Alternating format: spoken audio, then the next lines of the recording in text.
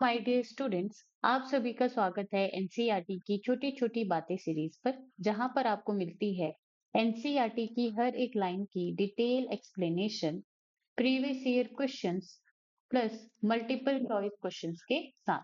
जी हाँ, अगर आप क्लास 11th में हैं, 12th में हैं या आप एक ड्रॉपर स्टूडेंट हैं जो नीट एग्जाम की प्रिपरेशन कर रहे हैं, तो आप बिल्कुल सही जगह पर आए हैं। जी हाँ, मैं हूँ सरला साहू और आप देख रहे हैं गेट साइंस सरला यूट्यूब चैनल। तो चलिए शुरू करते हैं हमारा आज का लेक्चर। आज हम पढ़ने जा रहे हैं class 11 biology chapter 12 respiration in plants, और आज हम पढ़ने वाले हैं the respiratory balance sheet, amphibolic pathway and respiratory question. इसके अलावा हम यहाँ पे जो चैप्टर समरी है उसको भी हम यहाँ पे क्या करेंगे, कवर करेंगे।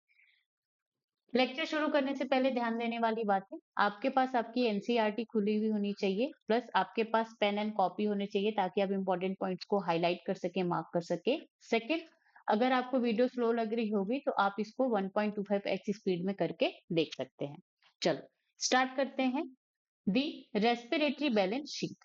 It is possible to make calculation of the net gain of ATP for every glucose molecule। तो यहाँ पे बोला जा रहा है कि एवरी ग्लूकोज मॉलिक्यूल के लिए यहाँ पे जो एनर्जी प्रोड्यूस होती है, ठीक है, नेट गेन ऑफ एटीपी है, उसका कैलकुलेशन करना क्या है, पॉसिबल है।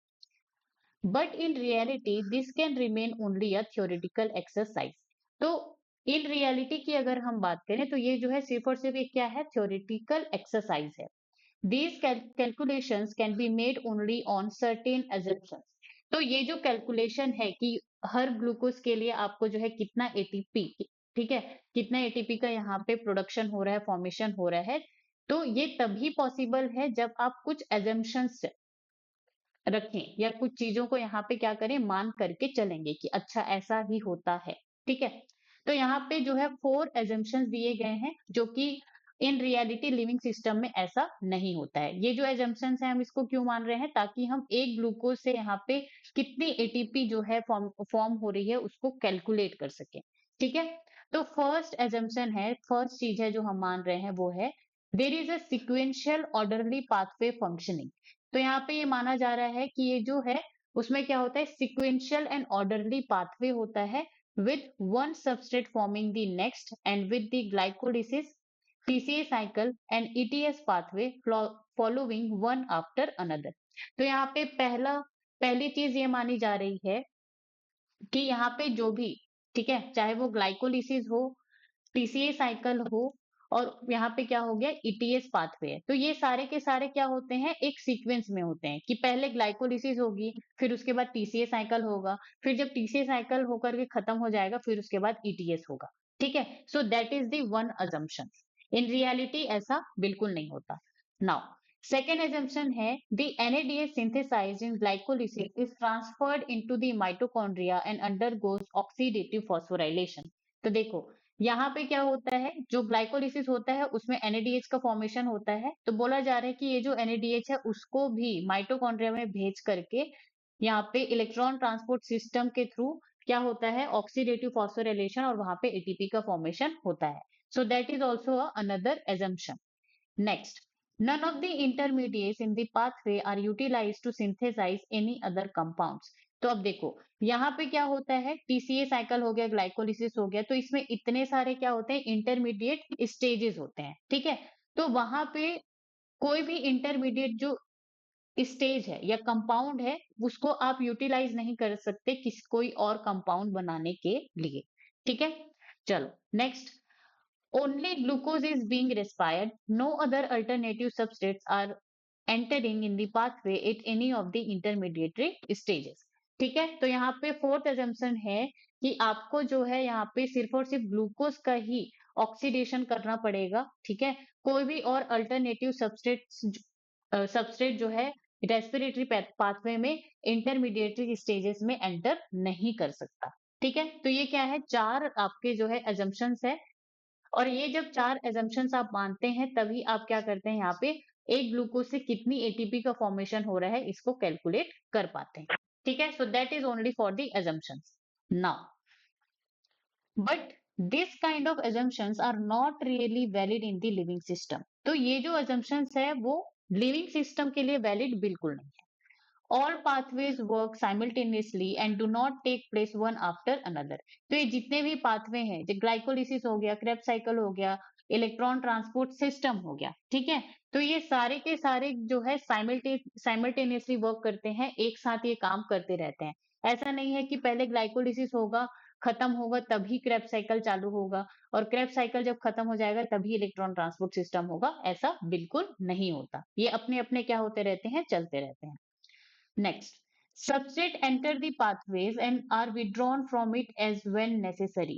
तो यहाँ पे जो भी सबस्ट्रेट है, कंपाउंड है, वो जो है ग्लाइकोलिसिस के किसी भी स्टेप में, ठीक है, और या फिर आप कह रहे हैं टीसीए साइकिल के किसी भी स्टेप में जो है यहाँ पे एंटर कर सकता है, ठीक है। कोई अनदर सबस्ट्रेट है यहाँ पे, वो क्या कर सकता है, ग्लाइकोलिसिस के किसी भी स्टेप में एंटर कर सकता है, टीसीए साइकिल के भी किसी भी स्टेप में एंटर कर सकता है।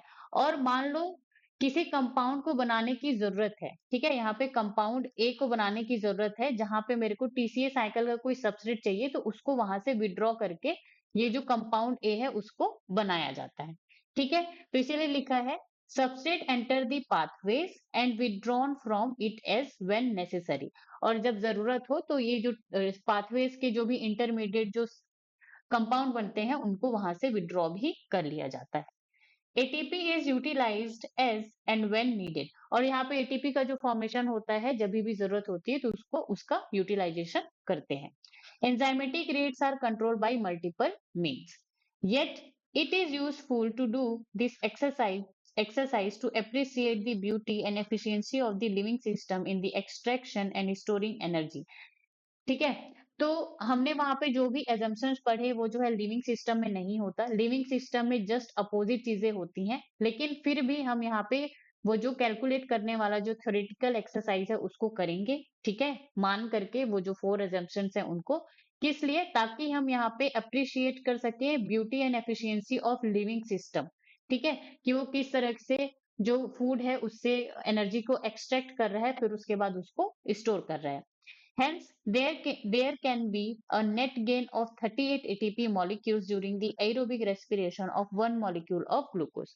तो यहाँ पे बोला जा रहा है कि वन मॉलिक्यूल ऑफ ग्लूकोज से, ठीक है, वन ग्लूकोज मॉलिक्यूल से आपका कितना एटीपी का जनरेशन होता है, 38 एटीपी।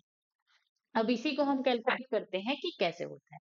देखो, सबसे पहले जो है ग्लाइकोलिसिस का प्रोसेस होता है, जिसमें ग्लूकोज जो है यहाँ पे ब्रेक डाउन होता है 2 पायरुविक एसिड में, ठीक है। तो यहाँ पे आपका नेट जो है 2 एटीपी का फॉर्मेशन होता है और 2 एनएडीएच का फॉर्मेशन होता है, ठीक है। यहाँ पे ये जो है ग्लाइकोलिसिस का प्रोसेस दिया गया है, इसको मैं पूरा नहीं समझाऊंगी, ठीक है। तो यहाँ पे नेट गेन यहाँ पे क्या होता है, 2 एटीपी का यूटिलाइजेशन होता है सबसे पहले, ठीक है। और फिर यहाँ पे फॉर्मेशन की बात करें तो 2 NADH2 का फॉर्मेशन होता है 6th स्टेप में, और यहाँ पे 4 एटीपी 7 एंड 10th स्टेप में जो है 4 एटीपी का फॉर्मेशन होता है। लेकिन यहाँ पे 2 एटीपी यूज हो जाता है, तो यहाँ पे 2 एटीपी को हम जो है माइनस कर देते हैं, ओके। तो यहाँ पे नेट गेन एटीपी कितना हो गया, 2 एटीपी। तो ये क्या हो गया, ग्लाइकोलिसिस की बात, ठीक है। अब ये जो ग्लाइकोलिसिस है ये पायरुविक एसिड में क्या हुआ, कन्वर्ट हुआ, ठीक है। अब इस पायरुविक एसिड को हम यहाँ पे जानते हैं कि यहाँ पे जो ग्लाइकोलिसिस है वहां पे जो पायरुविक एसिड बना उसको जो है हम किसमें, माइटोकॉन्ड्रियल मैट्रिक्स में ट्रांसफर कर देते हैं, किसके लिए, क्रेब्स साइकिल में जाने के लिए। तो देखो, अब यहाँ पे क्या आया, क्रेब्स साइकिल, ठीक है। तो यहाँ पे क्या होता है, ऑक्सीडेटिव डिकार्बोक्सिलेशन होता है, फिर उसके बाद टीसीए साइकिल होता है, ओके। तो ये दोनों को मिला करके यहाँ पे आप देखेंगे 2 पायरुविक एसिड से आपको क्या क्या मिलता है, 6 carbon dioxide, 8 NADH2, 2 FeDH2 and 2 ATP का यहाँ पे फॉर्मेशन होता है। अब देखो, तो यहाँ पे क्या हुआ, 2 पायरुविक एसिड हुआ, तो यहाँ पे जो है टीसीए साइकिल, ये सारी चीजें हुई, फिर उसके बाद यहाँ पे कितना फॉर्मेशन हो रहा है, 8 NADH2, 2 FeDH2 एंड 2 एटीपी का फॉर्मेशन हो रहा है, ओके। अब देखो, ये जो NADH है और FeDH है वो किस में जाएगा, टीसीए साइकिल के बाद ETS pathway, electron transport system, ठीक है, या फिर आप कह सकते हैं ऑक्सीडेटिव फॉस्फोराइलेशन में जाएगा। और हमें पता है कि यहाँ पर एक NADH से 3 एटीपी मॉलिक्यूल जनरेट होता है, और एक FeDH2 मॉलिक्यूल से यहाँ पे 2 एटीपी मॉलिक्यूल का फॉर्मेशन होता है, कहाँ पे, ETS पाथवे कह लें या फिर ऑक्सीडेटिव फॉस्फोराइलेशन, ओके।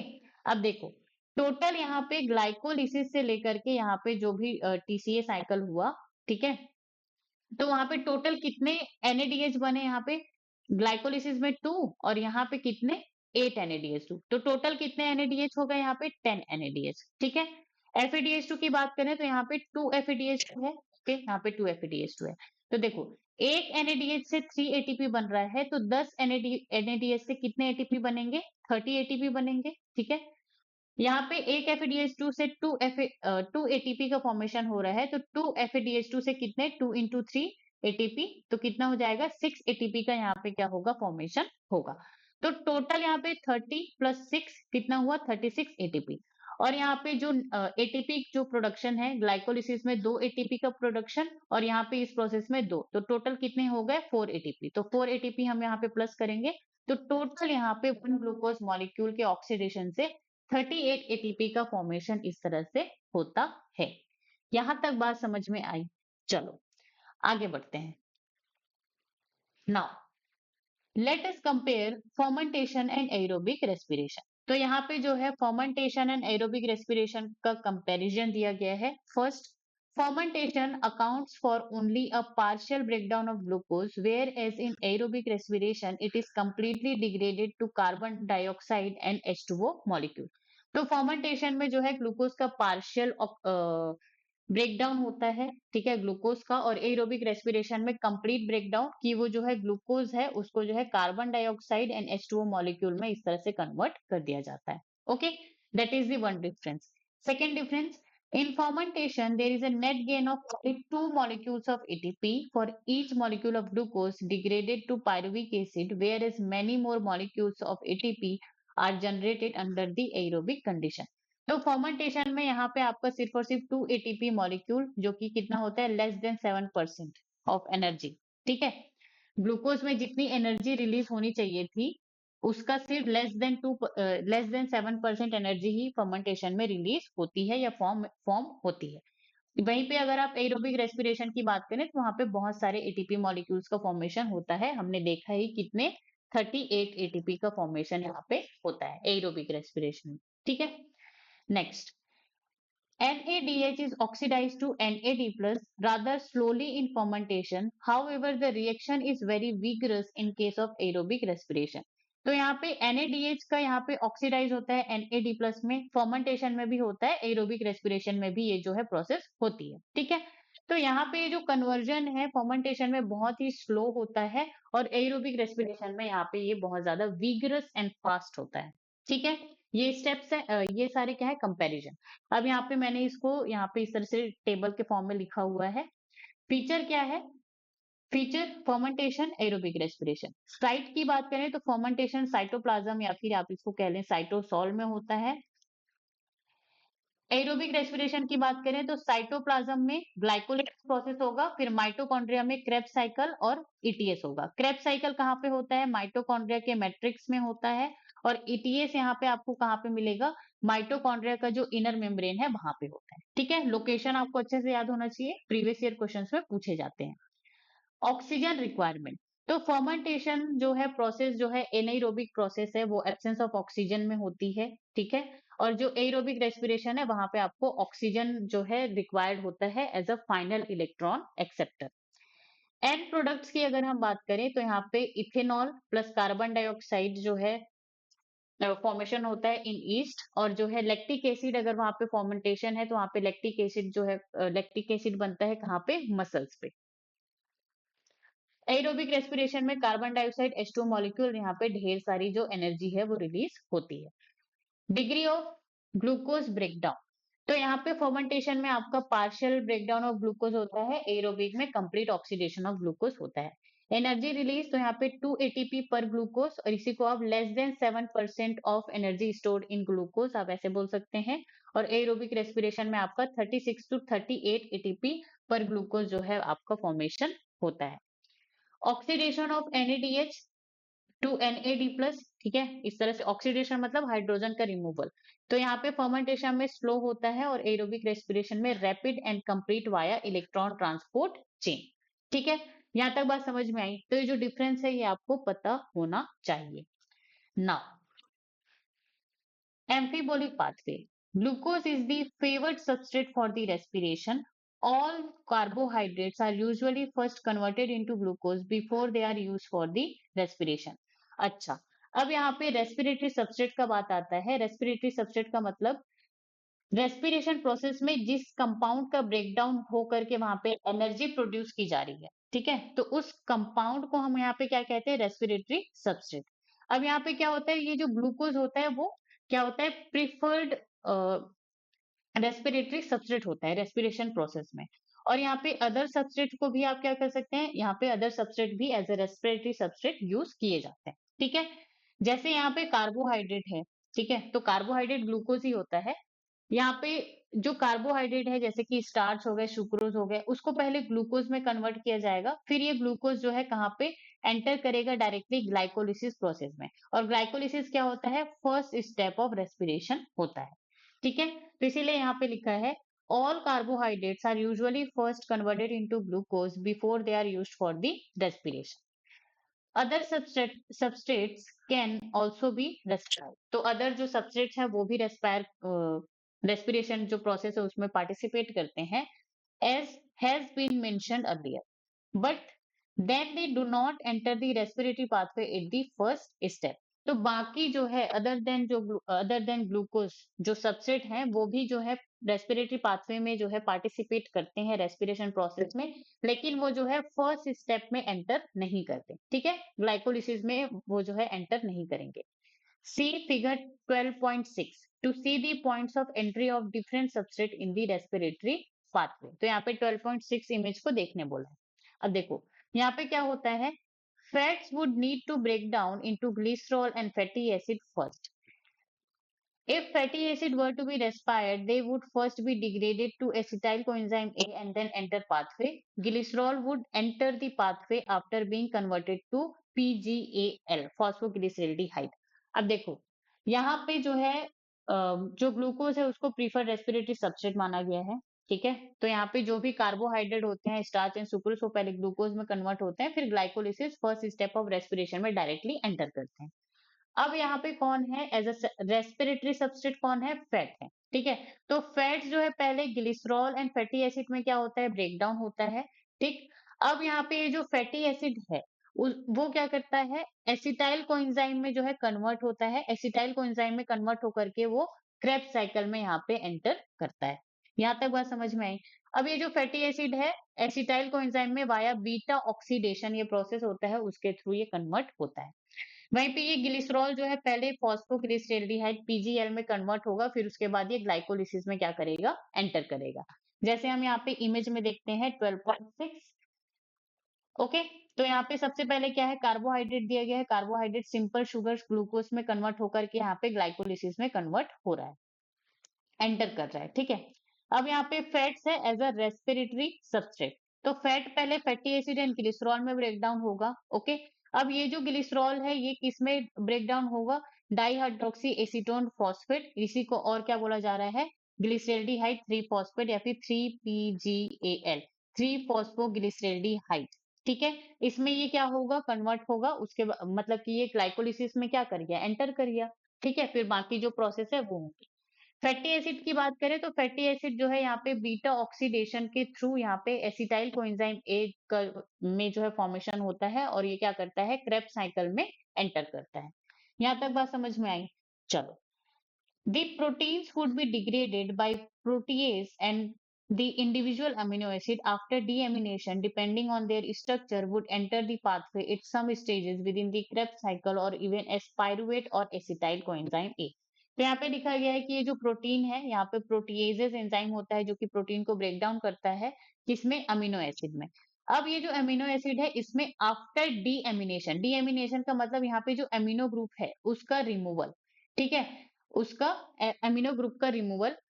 तो आफ्टर डीएमिनेशन ये रेस्पिरेशन में क्या करता है, एंटर करता है। और कैसे एंटर करता है, या तो ये पायरुवेट बन के एंटर करेगा या फिर एसिटाइल कोएंजाइम में या फिर क्रेब्स साइकिल का जो intermediate, for example alpha ketoglutarate, ऑक्जेलो acetate, depending on their structure, ठीक है। तो प्रोटीन यहाँ पे ब्रेक डाउन होता है अमीनो एसिड में, फिर उसके बाद यहाँ पे जो अमीनो ग्रुप है उसको किया जाता है, निकाला जाता है डीएमिनेशन प्रोसेस के थ्रू। फिर उसके बाद यहाँ पे वो as a pyruvate acetyl coenzyme में क्रेब्स साइकिल के जो इंटरमीडिएट्स है उस इंटरमीडिएट्स में कन्वर्ट होकर के वो क्या करेगा, यहाँ पे रेस्पिरेटरी पाथवे में एंटर करेगा। ठीक है, यहाँ तक बात समझ में आई। देखो, ये प्रोटीन है, अमीनो एसिड में हुआ। अब ये जो अमीनो एसिड है, या तो ये पायरुविक एसिड बनेगा, या तो फिर ये एसिटाइल कोएंजाइम है, या फिर ये क्या करेगा, क्रेब्स साइकिल के किसी intermediate, for example alpha ketoglutamic acid या फिर ऑक्जेलो एसिटेट में क्या करेगा, कन्वर्ट होकर के एंटर करेगा। ठीक है, depending on their structure. Now आगे बढ़ते हैं।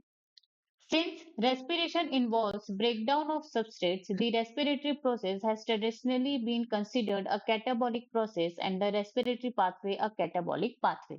ठीक है, तो यहाँ पे रेस्पिरेशन में हम क्या देख रहे हैं, ये जो ग्लूकोज है उसका क्या हो रहा है, ब्रेकडाउन ही तो हो रहा है। ठीक है, अब जहां पे ये ब्रेकडाउन होता है उसको हम क्या कहते हैं, कैटाबॉलिज्म कहते हैं। क्या कहते हैं, कैटाबॉलिज्म। तो हम यहाँ पे यही देख रहे हैं कि रेस्पिरेशन में तो ग्लूकोज का ब्रेकडाउन ही हो रहा है और एनर्जी का प्रोडक्शन हो रहा है। तो ट्रेडिशनली जो है रेस्पिरेशन को, ठीक है, ये जो रेस्पिरेटरी पाथवे है उसको कैटाबॉलिक पाथवे कंसीडर किया जाता था। But is this understanding correct? लेकिन क्या ये जो हमने समझा है क्या वो सही है? We have discussed above at which point in the respiratory pathway, different substrate would enter if they were to be respired and used to drive energy. ठीक है, तो हमने ये डिस्कस किया कि जो है जो डिफरेंट डिफरेंट सबस्ट्रेट है वो डिफरेंट डिफरेंट जगह पर पाथवे में वो क्या कर सकते हैं, एंटर कर सकते हैं। What is important to recognize is that it is this very compound that would be withdrawn from the respiratory pathway for the synthesis of the said substrate. Hence, fatty acid would be broken down to acetyl coenzyme A before entering the respiratory pathway when it is used as the substrate. But when the organism needs to synthesize fatty acid, acetyl coenzyme A would be withdrawn from the respiratory pathway for it. अब देखो, ये जो पूरा लिखा गया है इसका मतलब क्या है हम समझते हैं। तो सबसे पहले यहाँ पे क्या है, कैटाबॉलिज्म। कैटाबॉलिज्म का मतलब क्या होता है, ब्रेकडाउन ऑफ मॉलिक्यूल। एनाबॉलिज्म का मतलब क्या होता है, सिंथेसिस ऑफ बायोमॉलिक्यूल। अब यहाँ पे ट्रेडिशनल व्यू के बारे में देखें तो रेस्पिरेशन में सिर्फ और सिर्फ कैटाबॉलिक पाथ सिर्फ और सिर्फ कैटाबॉलिक मतलब ब्रेकडाउन हमको दिखता है तो हम इसको कैटाबॉलिक पाथवे कह देते हैं। क्यों? क्योंकि it breaks down the glucose and release energy. Okay, लेकिन यहाँ पे अगर हम मॉडर्न अंडरस्टैंडिंग के बारे में बात करें तो रेस्पिरेटरी पाथवे को एम्फीबोलिक पाथवे कंसिडर किया जाता है। तो यहाँ पे एम्फी का मतलब होता है बोथ, बॉलिक का मतलब होता है मेटाबॉलिज्म। अब मेटाबॉलिज्म में आपका जो है दोनों आ जाता है, एनाबॉलिज्म एंड कैटाबॉलिज्म। कैटाबॉलिज्म का मतलब ब्रेकडाउन और एनाबॉलिज्म का मतलब क्या होता है, सिंथेसाइज। अब इसी को हम यहाँ पे समझते हैं कि रेस्पिरेटरी पाथवे जो है एम्फीबॉलिक पाथवे कैसे है। ठीक है, respiration is a amphibolic pathway. How? Metabolic process है, यहाँ पे मॉलिक्यूल विड्रॉन, या तो विड्रॉ किया जाएगा या फिर यूज किया जाएगा। और यहाँ पे क्या है, पर्पस। तो देखो, फैटी एसिड का ब्रेकडाउन, तो यहाँ पे क्या है, फैटी एसिड है जिसको क्या करना है, एज अ रेस्पिरेटरी सबस्ट्रेट हमको यूज करना है। तो यहाँ पे फैटी एसिड का ब्रेकडाउन होगा एसिटाइल कोएंजाइम में, और यहाँ पे ये क्या करेगा, एंटर करेगा टीसीए साइकिल में, फिर इसका यूज किया जाएगा एनर्जी प्रोडक्शन के लिए। ठीक है, लेकिन वहीं पर अगर सेल में क्या हो, फैटी एसिड सिंथेसिस की जरूरत हो, ठीक है, सेल्स को क्या हो, फैटी एसिड की सिंथेसिस की जरूरत हो, तब यहाँ पे क्या होगा, ये जो एसिटाइल कोएंजाइम है withdrawn from the TCA cycle, acetyl coenzyme को टीसीए साइकिल से विड्रॉ किया जाएगा और फिर वहां से जो है फैटी एसिड बनाया जाएगा। That is the anabolism, synthesis of the fatty acid. ठीक है, तो वही चीज यहाँ पे लिखी गई है कि fatty acid would be broken down to acetyl coenzyme A before entering the respiratory pathway when it is used as the substrate. जब इसको फैटी एसिड को हमको as a respiratory substrate use करना होगा तो इसको हम बीटा ऑक्सीडेशन के थ्रू एसिटाइल कोएंजाइम में क्या करेंगे, कन्वर्ट करेंगे। फिर उसके बाद यहाँ पे जो है ये as a respiratory substrate enter करेगा क्रेब्स साइकिल में, और फिर यहाँ से एनर्जी का रिलीज जो है होगा। ठीक है, लेकिन वहीं पर ये क्या है, सेल है और इसको फैटी एसिड की क्या है, नीड है। ठीक है, इसको जरूरत है। तो ये जो सेल है ये क्या करेगा, एसिटाइल कोएंजाइम को इस ये जो पूरा पाथवे है, ये जो पूरा साइकिल है वहां से विड्रॉ करेगा। ठीक है, एसिटाइल कोएंजाइम को लेगा और वहां से फिर फैटी एसिड का यहाँ पे फॉर्मेशन या सिंथेसिस या फिर एनाबॉलिज्म का जो प्रोसेस है वो होगा। ठीक है, यहाँ तक बात समझ में आई। Next, protein breakdown. तो प्रोटीन को प्रोटीएज एंजाइम के थ्रू अमीनो एसिड में ब्रेक डाउन करते हैं, फिर वो या तो पायरुवेट में या एसिटाइल कोएंजाइम में या फिर टीसीए इंटरमीडिएट में क्या करेगा, कन्वर्ट होगा और उसको यूज किया जाएगा एनर्जी के लिए। Protein synthesis, TCA intermediates use to make amino acid, और यहाँ पे फिर बायोसिंथेसिस होगा। तो देखो यहाँ पे क्या होगा, ये जो क्रेब्स साइकिल है, ये जो टीसीए साइकिल है, यहाँ के जो इंटरमीडिएट्स होते हैं, क्या होते हैं, इंटरमीडिएट्स होते हैं, उसको यूज किया जाता है। जैसे यहाँ पे कोई इंटरमीडिएट है, इसको यहाँ पे निकाल लिया गया, ठीक है। तो ये पहले अमीनो एसिड का फॉर्मेशन होगा और इसी अमीनो एसिड से फिर यहाँ पे क्या होगा, प्रोटीन का फॉर्मेशन होगा, ठीक है।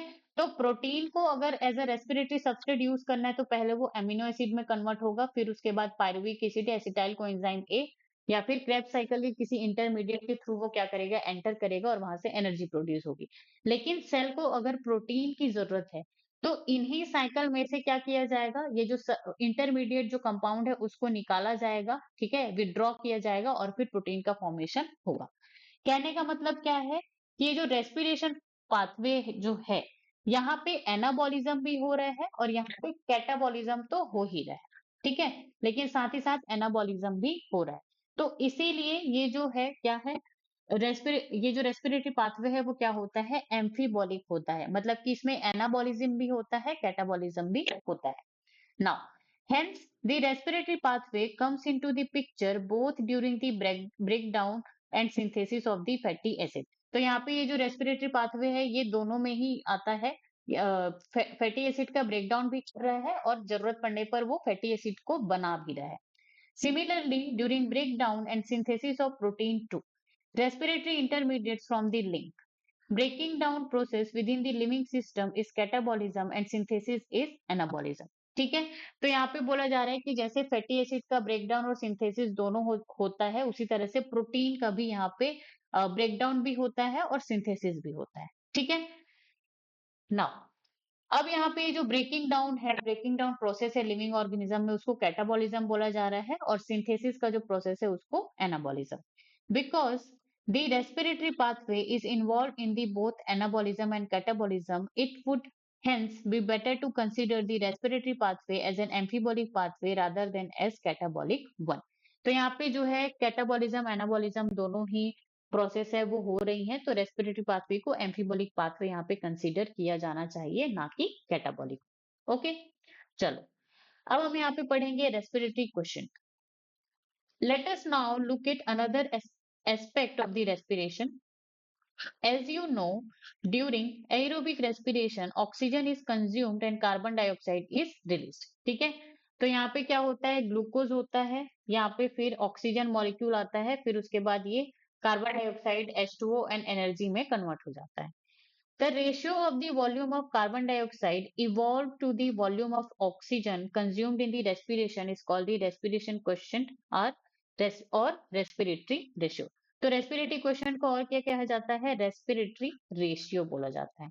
तो यहाँ पे क्या होता है, जितना कार्बन डाइऑक्साइड इवॉल्व हुआ है रिएक्शन, ठीक है, यहाँ पे the volume of carbon dioxide evolve divided by volume of oxygen consumed. Okay, तो यहाँ पे ये क्या होता है, रेस्पिरेटरी क्वेश्चन का आरक्यू या फिर रेस्पिरेटरी रेशियो का ये क्या होता है, फॉर्मूला होता है।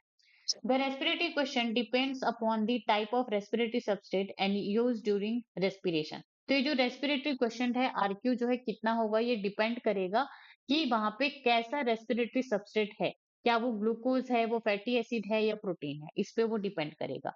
When carbohydrates are used as substrate and are completely oxidized, the RQ will be 1 because equal amount of carbon dioxide and oxygen are evolved under and consumed respectively as shown in the equation below। तो ये क्या है, C6H12O6, ठीक है, यहाँ पे 6 carbon dioxide के presence में 6 ऑक्सीजन के प्रेजेंट में यहाँ पे 6 कार्बन डाइऑक्साइड इवॉल्व हो रहा है और 6H2O यहाँ पे जो है ये भी इवॉल्व होगा और एनर्जी भी यहाँ पे रिलीज होगी।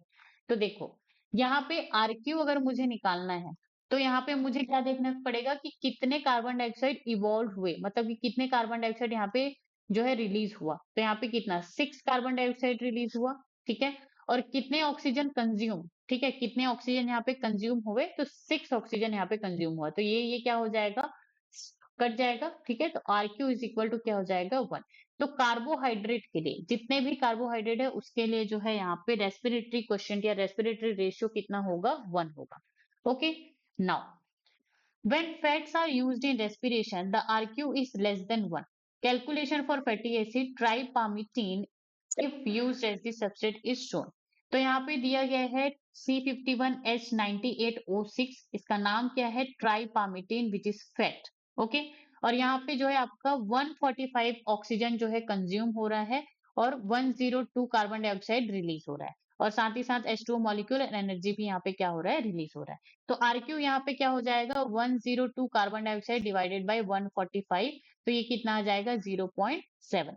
तो यहाँ पे ये जो फैट है, क्या है, फैट है, इसका यहाँ पे जो है RQ अगर आप देखोगे तो कितना है, 0.7। तो इसको आप RQ को और क्या लिख सकते हैं, यहाँ पे इसको, इसका RQ कितना हो जाएगा, <<1।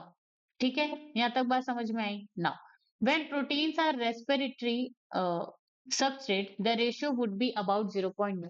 जब प्रोटीन को as a respiratory substrate use किया जाएगा तो प्रोटीन का RQ कितना आएगा, यहाँ पे 0.9 आएगा। What is important to recognize that in living organism, respiratory substrates are often more than one. Pure proteins or fats are never used as respiratory substrate. ठीक है, तो यहाँ पे जो है ये रिकॉग्नाइज करना इंपॉर्टेंट है कि रेस्पिरेटरी सबस्ट्रेट जो है ऑफन मोर देन वन, तो ये जो रेस्पिरेटरी सबस्ट्रेट है वो एक से ज्यादा होते हैं, जैसे कि आप ग्लूकोज को भी यूज कर सकते हो, फैट्स को भी यूज कर सकते हो, प्रोटीन्स को भी यूज कर सकते हो। ठीक है, तो यहाँ पे एक से ज्यादा क्या है, रेस्पिरेटरी सबस्ट्रेट है। इंपॉर्टेंट क्या है, यहाँ पे जो प्योर प्रोटीन्स एंड फैट्स है उसको जो है आप कभी भी as a respiratory substrate use नहीं कर सकते। किसको, pure protein and pure fats. Okay, चलो आगे बढ़ते हैं। Summary, plants unlike animals have no special system for breathing और गैसेस एक्सचेंज। तो प्लांट्स के पास जो है कोई भी यहाँ पे आपका स्पेशल ब्रीदिंग एक्सचेंज सिस्टम नहीं होता है गैसेस एक्सचेंज के लिए। Stomata and lenticels allow gases exchange by diffusion. तो यहाँ पे जो स्टोमाटा एंड लेंटी सेल्स हैं जो कि बाग में आपको देखने को मिले थे, ये क्या करते हैं, गैसेस एक्सचेंज करते हैं by the diffusion process. Almost all living cells in a plant have their surface expose to air. तो जितने भी लिविंग सेल्स होते हैं प्लांट में, वो जो है उनका जो सरफेस जो है एयर से क्या होता है, एक्सपोज होता है, मतलब कि वो सरफेस पे प्रेजेंट होते हैं लिविंग सेल्स जो है। Breaking of carbon-carbon bonds of complex organic molecules by oxidation leading to the release of lots of energy is called cellular respiration. तो यहाँ पे cellular respiration क्या होता है, जो कॉम्प्लेक्स होते हैं, क्या होते हैं, कॉम्प्लेक्स में कार्बन कार्बन बॉन्ड होते हैं, उसको ब्रेक करके यहाँ पे क्या होती है, एनर्जी का रिलीज होता है। ठीक है, तो यही जो है लॉट्स ऑफ एनर्जी को प्रोड्यूस करना कार्बन कार्बन बॉन्ड को ब्रेक करके, that is called cellular respiration. Glucose is the favoured substrate for the respiration, और ये जो ग्लूकोज होता है वो फेवर्ड सबस्ट्रेट होता है रेस्पिरेशन के लिए। Fats and proteins can also be broken down to yield energy, और जो फैट एंड प्रोटीन्स होते हैं उसको भी ब्रेक डाउन किया जाता है, किया जा सकता है एनर्जी प्रोड्यूस करने के लिए। The initial stage of cellular respiration takes place in the cytoplasm. तो यहाँ पे जो इनिशियल स्टेज है किसका, रेस्पिरेशन का, विच इज ग्लाइकोलिसिस, वो कहाँ पे होता है, साइटोप्लाज्म में होता है। each glucose molecule is broken through a series of enzyme catalyzed reaction into two molecules of pyruvic acid। और ग्लाइकोलिसिस प्रोसेस में एक ग्लूकोज को जो है 2 पायरुविक एसिड में कन्वर्ट किया जाता है through series of the enzyme. Okay, this process is called glycolysis. The fate of pyruvate depends on the availability of the oxygen and the organism। तो यहाँ पे ग्लाइकोलिसिस से 1 ग्लूकोज मॉलिक्यूल से जो पायरुविक एसिड बना है उसका जो फेट है, उसका जो भविष्य है, वो डिपेंड करता है कि उसको ऑक्सीजन मिल रहा है कि नहीं मिल रहा है। ठीक है, under the anaerobic condition either lactic acid fermentation और अल्कोहल फर्मेंटेशन अकर। तो यहाँ पे अगर ऑक्सीजन नहीं है तो यहाँ पे जो है फर्मेंटेशन का प्रोसेस होगा, अब वो अल्कोहलिक फर्मेंटेशन हो सकता है और लैक्टिक एसिड फर्मेंटेशन, दोनों में से हो सकता है। Okay, fermentation takes place under anaerobic condition. तो फर्मेंटेशन कब होता है, ऑक्सीजन के एब्सेंस में होता है anaerobic condition. In many prokaryotes, बहुत सारे प्रोकैरियोट्स में। यूनिसेलुलर यूकेरियोट्स में होता है, फॉर एग्जांपल ईस्ट। ईस्ट क्या है, यूनिसेलुलर यूकेरियोट्स है। Okay, and in germinating seeds, that is important point. पूरे चैप्टर में यहाँ पे आपको कहीं पे भी नहीं मिलेगा कि फर्मेंटेशन जर्मिनेटिंग सीड्स में होता है। Okay, so that is important point. अब इसको हम देखते हैं कि कैसे होता है। तो यहाँ पे इंपॉर्टेंट क्या है कि फर्मेंटेशन जर्मिनेटिंग सीड जो जर्मिनेट कर रहे होते हैं वहां पे होता है। देखो, तो यहाँ पे ये जो जर्मिनेटिंग सीड है उसको एनर्जी चाहिए, ठीक है। तो एनर्जी चाहिए, तो जो जर्मिनेटिंग सीड होता है उसमें क्या होता है, एंडोस्पर्म वगैरह हमने पढ़ा है, ठीक है। और यहाँ पे वहां पे जो स्टोर्ड कार्बोहाइड्रेट जो है वहां पे प्रेजेंट होता है, ठीक है। तो क्या होता है जब ये सीड जर्मिनेट कर रहा हो और वो कहाँ पे हो, वाटर लॉग्ड या फिर बरीड सॉइल, ठीक है। वाटर लॉग मतलब ऐसा सॉइल जहाँ पे पानी बहुत ज्यादा है, ठीक है। ऐसे जगह पर वो सीड हो और वो वहां पे जर्मिनेट कर रहा हो, तो वहां पे क्या होता है, ऑक्सीजन की कमी होती है, तो एनाएरोबिक कंडीशन वहां पे डेवलप होता है। तो एनाएरोबिक कंडीशन डेवलप है तो वहां पे क्या होगा, एनाएरोबिक रेस्पिरेशन होगा, ठीक है। तो ग्लाइकोलिसिस का प्रोसेस होगा वहां पे, फिर उसके बाद उसको ऑक्सीजन नहीं मिलेगा तो वो फर्मेंटेशन का प्रोसेस को क्या करेगा, करेगा, ठीक है। फर्मेंटेशन प्रोसेस वहां पे होगी जहां से थोड़ी बहुत एनर्जी जो है वो उसको मिलेगी। और ये जो फर्मेंटेशन है ये कहाँ पे होगा, cytoplasm of the germinating seeds में होगा। और ये कहाँ पे होता है, स्पेशली सीरियल्स जैसे कि राइस, व्हीट एंड मिल्क, जब वो वाटर लॉगिंग कंडीशन में जब होते हैं तब वहां पे जो है फर्मेंटेशन का जो है प्रोसेस होता है। ओके, यहाँ तक बात समझ में आई। चलो आगे बढ़ते हैं। You in eukaryotic organism aerobic respiration occurs in the presence of oxygen. तो ये जो यूकेरियोट्स होते हैं उसमें एरोबिक रेस्पिरेशन ऑक्सीजन के प्रेजेंस में होगा। Pyruvic acid is transported into the mitochondria where it is converted into the acetyl coenzyme A with release of carbon dioxide. तो यहाँ पे फिर ये जो ग्लूकोज है, ठीक है, साइटोप्लाज्म है, वहां से क्या हुआ, पायरुविक एसिड बना, तो पायरुविक एसिड को फिर माइटोकॉन्ड्रिया में भेजा जाता है और वहां पे जो है ये जो है एसिटाइल कोएंजाइम में एंड कार्बन डाइऑक्साइड में क्या होता है, कन्वर्ट होता है। Acetyl coenzyme A then enters the tricarboxylic acid pathway or Krebs cycle operating in the matrix of the mitochondria. फिर उसके बाद ये जो pyruvic acid acetyl coenzyme A में कन्वर्ट हुआ है, ये जो एसिटाइल कोएंजाइम ए है वो टीसीए साइकिल में एंटर करता है, कहाँ पे, ये जो है मैट्रिक्स है, माइटोकॉन्ड्रियल मैट्रिक्स है वहां पे, ठीक है। Now NADH plus H plus and FADH2 are generated in the Krebs cycle। तो यहाँ पे ये जो दो कंपाउंड है वो Krebs साइकिल में जनरेट होंगे। The energy is in these molecules as well as that in the NADH plus H plus synthesized during glycolysis are used to synthesize ATP। ठीक है, तो यहाँ पे जो Krebs साइकिल से TCA साइकिल से जो NADH और FADH2 बना है और NADH प्लस H प्लस जो कहाँ पे बना है, ग्लाइकोलिसिस में बना है, वो सब का क्या होता है, यहाँ पे ब्रेक डाउन होता है। ओके, और वहां से एनर्जी रिलीज की जाती है। This is accomplished through system of electron carriers called electron transport system ETS located on the inner membrane of the mitochondria। और ये जो प्रोसेस है वो कैसे होता है, NADH H प्लस से और FADH2 से क्या उनमें स्टोर जो एनर्जी है उसको रिलीज कराने का काम जो है कैसे होता है, इलेक्ट्रॉन ट्रांसपोर्ट सिस्टम के थ्रू, जो कि इनर मेम्ब्रेन ऑफ माइटोकॉन्ड्रिया में होता है। The electrons as they move through the system release enough energy that are trapped to synthesize ATP. और जो इलेक्ट्रॉन्स होते हैं वो इस तरह से मूव करते हैं इस सिस्टम से कि वहां पे इनफ एनर्जी रिलीज होती है जिसको ट्रैप कर लिया जाता है एटीपी के फॉर्म में। This is called oxidative phosphorylation और इसको हम ऑक्सीडेटिव फॉस्फोराइलेशन कहते हैं। In this process, oxygen is the ultimate acceptor of the electrons and it gets reduced to water। और ये जो प्रोसेस है इसमें oxygen is the final electron या फिर हाइड्रोजन एक्सेप्टर, जो कि फिर एक्सेप्ट करके क्या बनाता है, H2O मॉलिक्यूल का फॉर्मेशन करता है। The respiratory pathway is an amphibolic pathway as it involves both anabolism and catabolism। That is important point। जो respiratory pathway है वो amphibolic pathway होता है जो कि एनाबॉलिज्म एंड कैटाबॉलिज्म दोनों प्रोसेस को इन्वॉल्व करता है। The respiratory question depends upon the type of respiratory substance use during the respiration.